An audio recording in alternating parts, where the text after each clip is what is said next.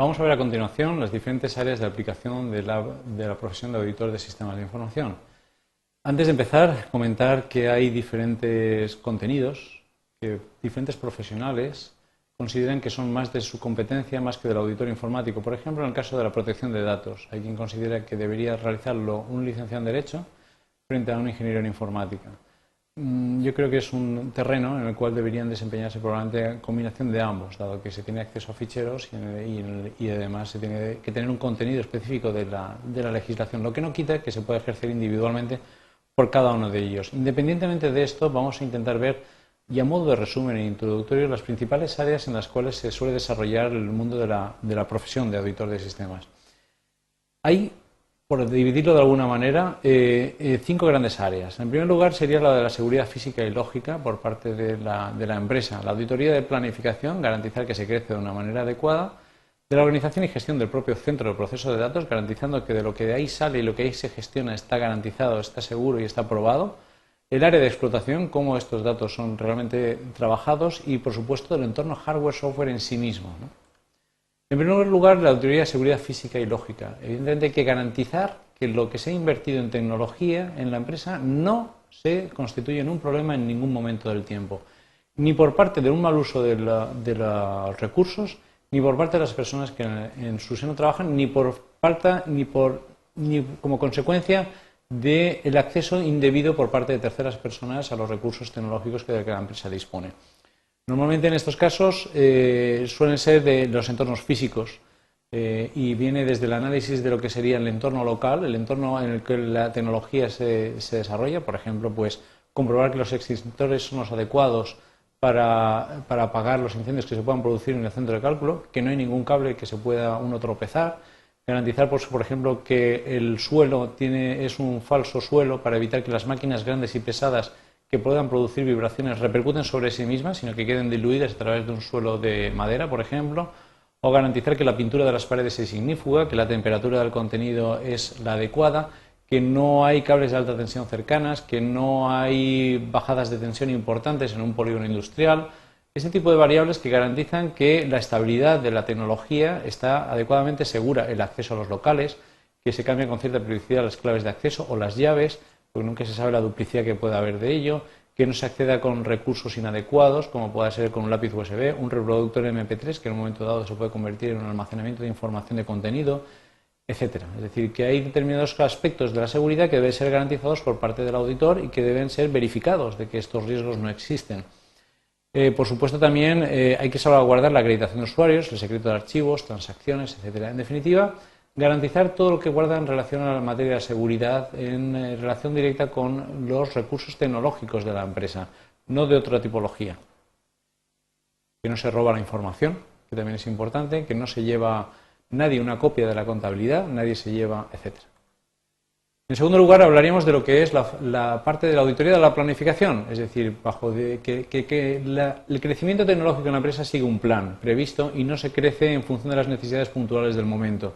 De manera que hay un plan estratégico de hacia dónde queremos ir, cómo se pretende apoyar a la estrategia empresarial, que la estrategia empresarial es quien predomina y nosotros lo que damos es dar soporte a la estrategia empresarial con el uso de las tecnologías y que para esas tecnologías hace falta esta determinada tecnología que se va a ir adquiriendo a lo largo del tiempo y que para esas necesidades de crecimiento y evolución de la empresa hace falta pues garantizar unos contratos de servicio con terceras empresas que pueden ir desde requerir que nos den soporte las 24 horas del día, los 365 días al año, pasando por que realmente hayan unos presupuestos acordes a lo necesitado, que la formación y la garantía de la empresa que nos da soporte pues sea la adecuada y que tenga la experiencia adecuada en lo que pretendemos desarrollar o incorporar o hacer un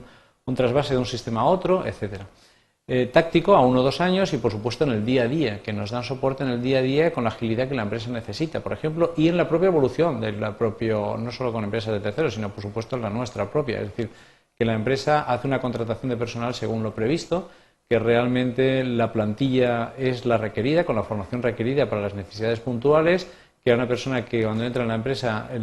se le designa cuáles son sus funciones, se le dice realmente sobre lo que se le va a exigir las responsabilidades y se le dota de la formación requerida para que pueda ejercer adecuadamente sus funciones y va a ser supervisado hasta que podamos tener la constancia fehaciente de que se le puede delegar las competencias, al 100% la responsabilidad de las competencias para las cuales se le ha contratado, y de esta manera no tengamos problemas en la evolución de las personas, ¿no? Que tengan un plan de carrera que les motive a estar trabajando en la empresa,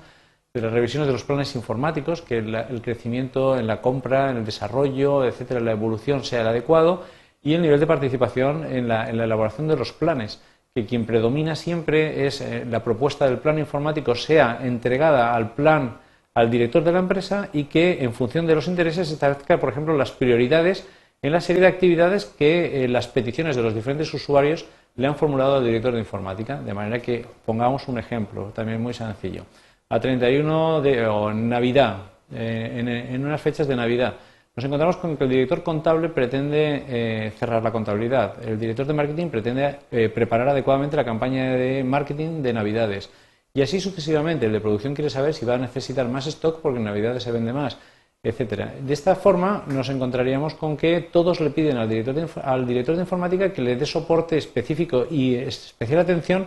a sus funciones.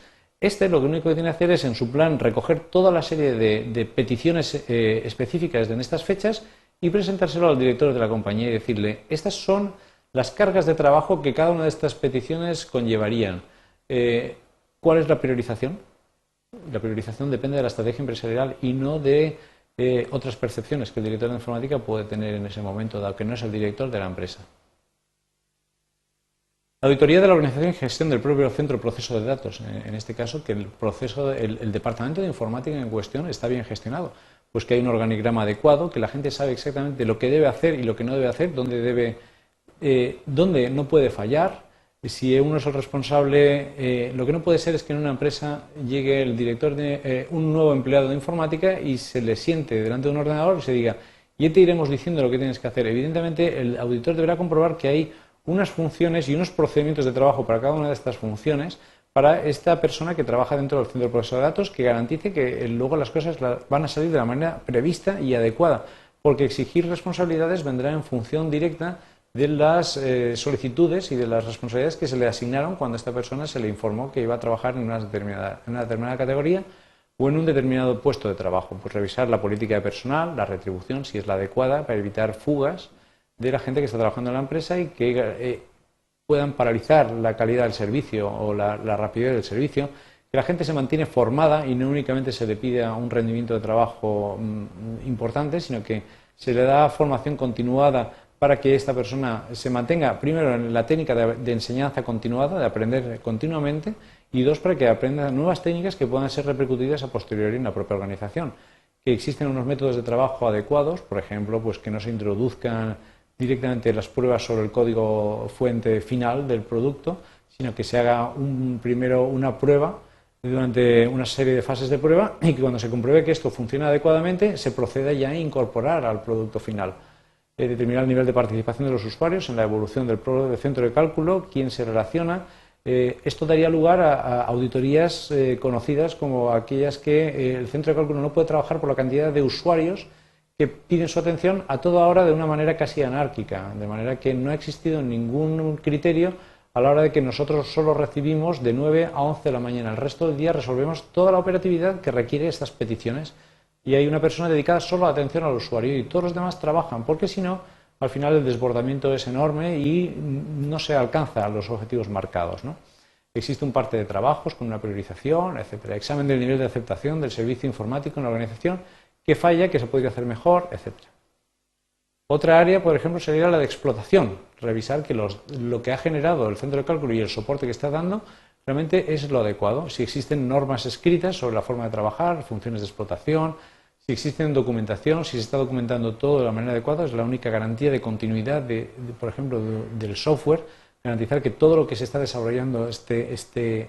adecuadamente documentado para que si viene otra persona pues pueda tener el recurso de la documentación para saber por dónde continuar y por qué se han hecho las cosas como se han hecho, etcétera, ¿no? Y, por supuesto, examinar el control del consumo de los recursos, si se están utilizando inadecuadamente para unas circunstancias o para otras, ¿eh? Y a lo mejor son más necesarias en otro sitio, pero el día a día al final nadie se lo ha planteado y por lo tanto una persona que procede de fuera, un auditor, llega y se da cuenta de que realmente hay un recurso infrautilizado y que en otro sitio hace falta ni siquiera comprar un recurso nuevo, simplemente cambiando la utilidad de ambos recursos podría dar soporte perfectamente a lo necesario, ¿no?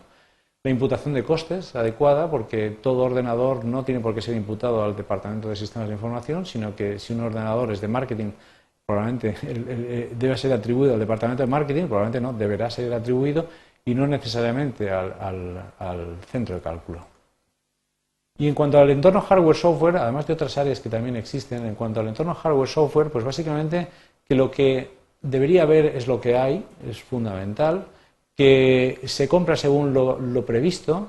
que no se compran cosas innecesarias, se compra bajo criterios de compra competitivos y adecuados, que la seguridad de lo que se está generando está garantizada, que la forma de entrar información está verificada y comprobada dentro del centro de cálculo, algo que pudiera tener virus, algo que pudiera tener alguna utilidad, que capturara datos no previstos en un momento dado o localizara passwords de la gente que está dentro, etcétera. El inventario de los productos hardware, software, que lo que debería haber es lo que realmente hay. Un ejemplo muy sencillo, comprar un rack de 100 CDs cuando realmente solo se hacen una copia de seguridad sobre un CD una vez al mes. Entonces, ¿por qué hacer una adquisición dando pie a que eso pueda generar algún tipo de problema, ¿no? A su vez de que los CDs que se entran vírgenes en un centro de cálculo deberían ser numerados y registrados en un libro antes de poderlos introducir, de manera que cada CD, cuando están, por ejemplo, registrados y numerados, se sepa qué ha ocurrido con él y dónde está guardado o quién se ha hecho responsable de hacer la copia de seguridad. Y si sale defectuoso, aparecerá en el libro de registro que el que hace 3 de 20, pues tiene la copia de seguridad de fecha tal. El que hace 4 de 20 ha salido defectuoso y se ha notificado al responsable de informática, el cual ha firmado aquí en el libro de registro y se ha procedido a su destrucción, aunque estaba totalmente vacío, simplemente tenía un BACRC o tenía cualquier error que no ha permitido una copia sobre el mismo. Y así sucesivamente, de manera que con cierto orden y método garantizaríamos que los problemas de seguridad, por ejemplo, menguaran o fueran menores, que los programas con licencia y adquiridos pues no salieran nunca del centro de cálculo y tuvieran acceso a él solamente aquellas personas autorizadas con responsabilidad para evitar copias indebidas, etcétera.